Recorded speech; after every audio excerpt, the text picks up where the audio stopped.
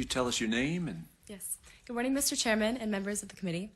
My name is Isabella Mata, and I am a senior at Colonial Forge High School in Stafford County.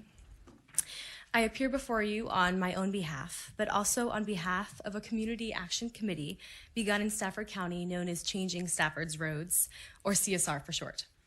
On behalf of Changing Stafford's Roads, I would like to formally express our gratitude for the opportunity to appear before you today.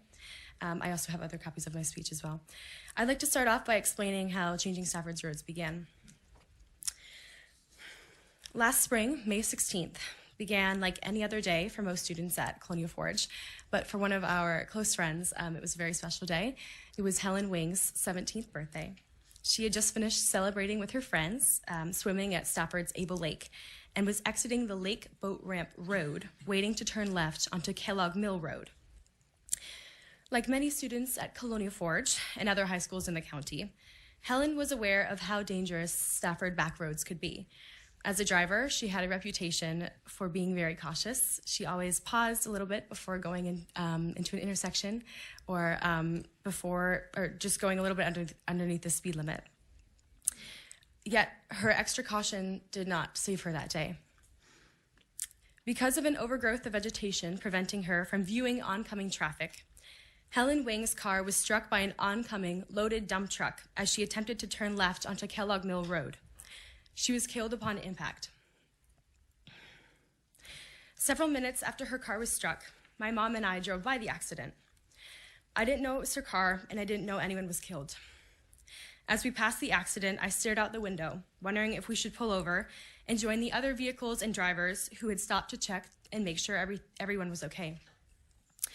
But we decided it was too dangerous to pull over, even to help, as blind curves led down to the intersection at the bottom of two steep hills. So we prayed for all involved in the car wreck as we passed, and left as the ambulance whistles grew louder. 2 hours later, I got the call that it was Helen killed in the crash. In the time following the accident, I was overcome by grief, but as the days passed, my grief turned into anger and indignation. Kellogg Mill Road, like so many other secondary roads in the state of Virginia, was locally known to be dangerous. In training for my driver's license, driving on the back roads of Stafford County was the equivalent challenge to driving on Interstate 95. I learned that many of my friends who were also close to Helen felt the same way, and we were moved to do something constructive with our grief. Thus, Changing Stafford's Roads was formed. In a matter of weeks after the accident, we created surveys identifying the dangerous conditions in roads of Stafford County and presented our findings to the local Stafford Board of Supervisors. Since then, and for the past 8 months, Changing Stafford's Roads has been working and advocating for proactive secondary road maintenance and safety in Stafford County. But we are here today because we understand that car crashes, like Helen's that are caused by an overgrowth of vegetation impeding a driver's line of sight, can be prevented and do not just occur in Stafford, but across the state of Virginia. We should be monitoring and reviewing these car wrecks, such as Helen's, analyzing their causes, and working together to find solutions. Though the pain of Helen's death and the time lost to grief and suffering can never be reversed, passing this bill will allow for a much happier ending to the story, and the story of others like Helen's. An ending proving that Helen Wing did not die in vain. An ending where a young man aspiring to be a military officer isn't killed by an oncoming vehicle. An ending where a young girl isn't dead after getting ice cream with her friends because of too tight of a curve. An ending where countless families and friends are shielded from the intense suffering, insurance bills, and emptiness that comes with a loved one being killed in a car crash. As we present our testimonies to you today, I urge you, on behalf of Changing Stafford's Roads, and families all over the state who know the pain of losing a loved one to a car crash, to pass this bill. Thank you. Okay, thank you.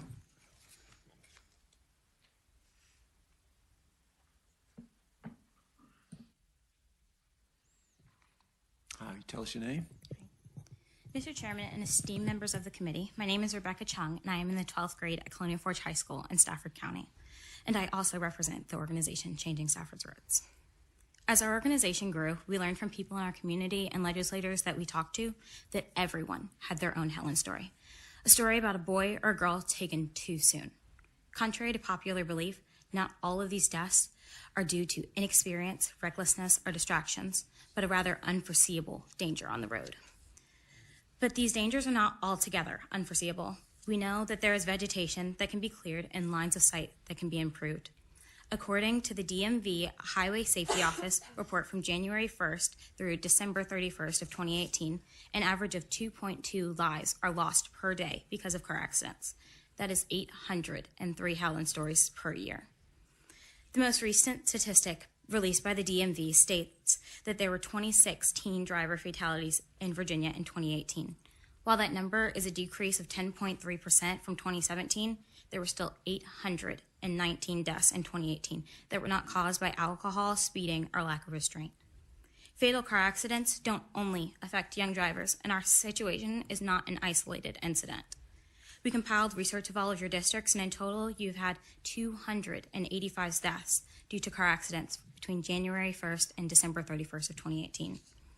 Stafford County has countless back roads that have no shoulder, severely overgrown vegetation, tight corners, and a host of other safety issues, as do many counties throughout our state.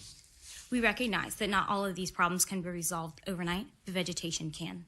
Helen's accident site was cleared the night after we chose to speak up. The bill, which we are asking you to pass, will allow counties to address these roadway problems. But even then, VDOT's appearance was the only reason that the county could allow the clearing of vegetation. VDOT reported that the site of the accident was cleared twice a year, quote by Lynn Keenan. VDOT's Maintenance Division Best Practice Manual, Section 11.2.2, states that they ensure related safety requirements are met, but not including to clearing zone site distance requirements. VDOT lists that in service levels B, C, and D, that the maintenance of intersection site distance shall take precedent over any service levels. This did not occur in the instance of Helen's accident. However, in these standards, which were not clearly upheld, they do not clear vegetation without a direct complaint for a specific area. But how many drivers routinely take time from their busy schedules to report a dangerous vegetation? How many people are willing to stay on hold just for VDOT to file their claim, then wait an average of 4 months for the obstruction to be cleared, sometimes longer? VDOT states that they are ensuring efficient management of wood and vegetation within the right-of-way. While their work is helpful and the primary way of getting things done in Virginia, they are currently working from highway to secondary roads, but 81.7% of accidents occur on non-interstate roads. About 1 million people live in rural areas, where secondary roads are the main roads taken by drivers. Secondary roads have shown significantly higher crash rates than other road systems. For rural highways, crashes tend to increase with the higher speed differential, which occurred in Helen's accident. But the ultimate contributor was the overgrown vegetation, requiring Helen to hold her breath as she made that dangerous turn. Thank you.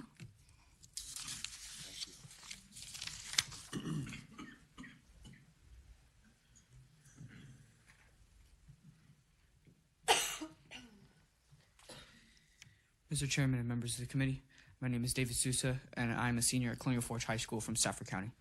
I also represent the organization Changing Stafford's Roads, and I wish to address why Senate Bill 225 should be passed from more of a legal perspective.